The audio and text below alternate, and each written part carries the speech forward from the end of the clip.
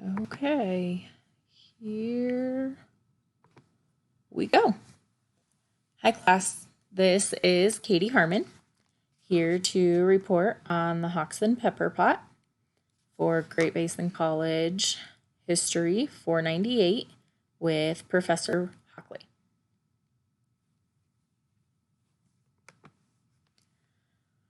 The Hoxne Pepper Pot is a single piece of a much larger historical discovery known as the Hoxne Hoard. The Hoxne Hoard was found in Hoxne of Suffolk County, England, right over here on the tip of England, by a man named Eric Laws. Laws was contacted by his friend Peter Watling, who had misplaced his hammer while he was farming. Watling asked Laws to bring over his metal detector to help him locate his hammer in the field he was working in. When Laws and Watling found a few ancient coins, they immediately stopped what they were doing, contacted the property owner, which happened to be the County of Suffolk, who then immediately contacted the British Museum. The British Museum sent out an archaeological team the next day to excavate the area. Since they were able to remove the hoard in a grid-like manner and finish uncovering it in a controlled lab area, it is well documented and well preserved and now sits on display in the British Museum. The Hoxne Hoard is one of the largest ever found and contained almost 15,000 gold, silver, and bronze coins, jewelry made of gold, kitchenware such as silver spoons, ladles, and bowls, 4 pepper pots, and fittings and other organic materials to suggest that it had all been packed up in a wooden box before burial. The coins significantly aided in the aging and origin location process of the items, as many of them were stamped with Constantine II and some of them with Constantine III, which gives an approximate 50-year window of when these items could have been buried, 400 to 450 CE. After earlier production in the Roman Empire, the coins were minted in multiple locations spread across the Roman Empire. We can see those points marked on the map over here. So, spread from Lyon, Milan, Rome, Thessalonica, all the way over to Antioch, Constantinople. So in comparison to the location of Hoxne, we can see just how far some of the items in this particular hoard had to travel to get to their final resting place, and it gives us a broad idea of where the pepper pots originated from as well.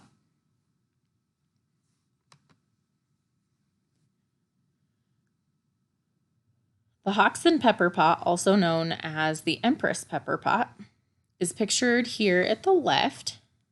This particular pepper pot was constructed of silver with gold accents to make the figure look fluid as it was turned in the light, making it look more realistic. It's approximately 4 inches tall and 1¼ inches in diameter. When the Hoxne Pepper Pot was initially found, it was believed the person depicted was a Roman empress. That information was announced immediately and gathered a large following,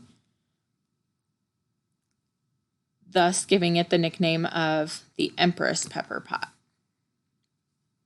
Upon further inspection, and once additional research was conducted, it was refuted that the bust portrayed royalty and decided instead that it resembled most a wealthy lady from the time period. This is shown by her fancy updo hairstyle, her emphasis on the scroll she is holding, implying her educated status, and her clothing and jewelry style. However, the nickname of Empress stuck anyway. As the descriptive name implies, this pepper pot was a vessel made to carry the spice of pepper. Although other spices were carried in similar vessels, they were still referred to by the Latin name of Peperatoria. The second photo on the bottom left shows the underside of the pepper pot, which has a turnable bottom, allowing different functions from the pot. These small holes here only allow ground pepper through, while the larger holes allow the whole peppercorn to be poured in or out through filling or emptying of the pepper pot. And then the two flat spots here with no holes would cover the large holes, thus allowing the spice to be kept safe during storage or when not in use. This third photo over here on the right shows 3 of the 4 Piperatorya found in the Hoxne hoard. As you can see, the other styles often depicted animals. Pepper pots were table decor for those who were wealthy. Not only did it take wealth to accumulate such baubles made of silver and gold, but the spices to fill them came at great cost as well. It is likely this is where the modern-day tradition of salt and pepper shakers as tableware first originated.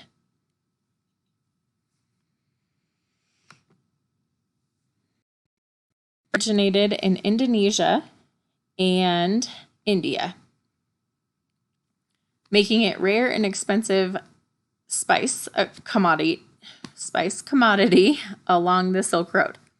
Not only was it uncommon, it was difficult to transport in large quantity.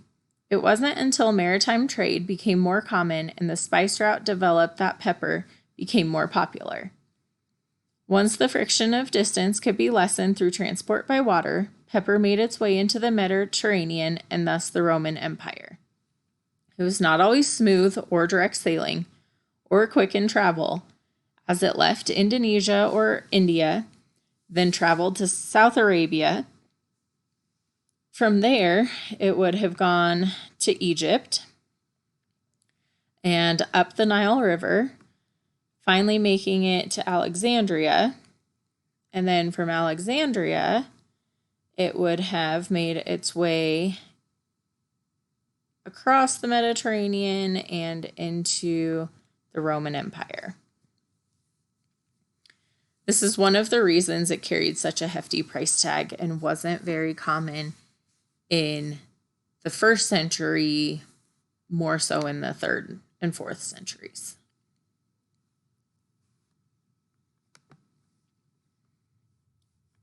As Pliny the Elder, the most notable Roman scholar in existence, mentioned in his recordings known as the Natural History, pepper cost was elevated in comparison to other spices. He noted that it cost 14 denarii per pound.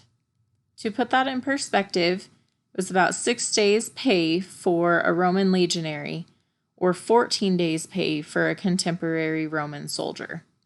In comparison to myrrh at 11 denarii per pound, and frankincense at only 6 denarii per pound, as the Pliny excerpt featured in loose Silk Road documents taught us. Part of the reason frankincense and myrrh were higher in cost at the time was because they were being taxed heavily along the Silk Road route, and pepper was traveling via maritime trade. According to the Pliny excerpt in the Loo Book, the tax cost on the Silk Road added up to 688 denarii per camel before it ever reached the Mediterranean. Unless a person was of royalty, was wealthy, or had something valuable to trade, spices, especially pepper, were harder to obtain.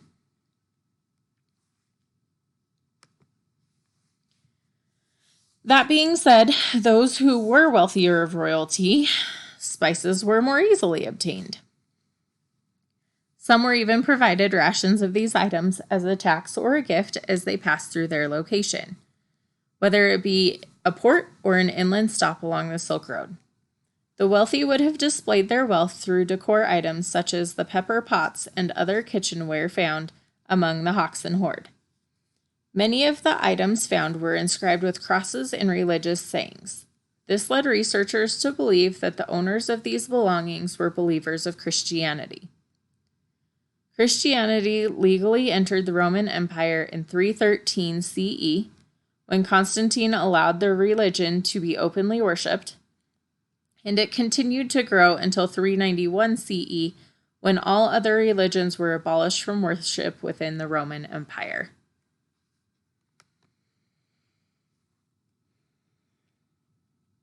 In conclusion, we have learned all about the who, what, where, and when in regards to the Hoxne Pepper Pot. But what about the why and the how? Why is this important to us, our class, or in regards to the Silk Road? I'm certain you all picked up the inflection of importance the pepper pot represents throughout the previous slides, as this pepper pot is the very essence of the Silk Road, taking a product from its origin and relocating it somewhere hundreds or possibly thousands of miles away and teaching the culture behind the item at the same time. Romans would teach the British of wine, olive oil, and pepper, all which were a staple in the Roman culture. However, the one thing we haven't covered is how it ended up in its final resting place of Hoxne, Suffolk, England. The conjecture made through research is that a wealthy couple, wealth intoned by the jewelry, and couple intoned by the fact that the jewelry was a woman's, and there was a man's name inscribed on many of the items, were in Britain. Nobody's sure as to whether they lived in Britain, were visiting, etc. But it's likely that they were living there by the quantity of contents they had with them. And at that time, Britain was considered the far west to Romans. So it was a long way to go for simple travel. When around 400 CE, the Roman Empire slowly crumbling and splitting into city-states, the Roman leadership is pulling out of Britain, and the peace and prosperity known in the region is also diminishing. At this same point in time is when this hoard was buried. The wealthy no longer have an organized military to protect them, and as the Romans fled, they could not take their prized possessions with them, and like this hoard, chose to bury them instead with hopes of returning to collect them again someday. Since this particular chest of valuables was not recovered until nearly 1,600 years later, we know that the original owners were not able to return. Unfortunately, there was not a documented history included in the buried hoard waiting to be discovered, so educated conjecture is what we have to tell us the story of the Hoxne Pepper Pot.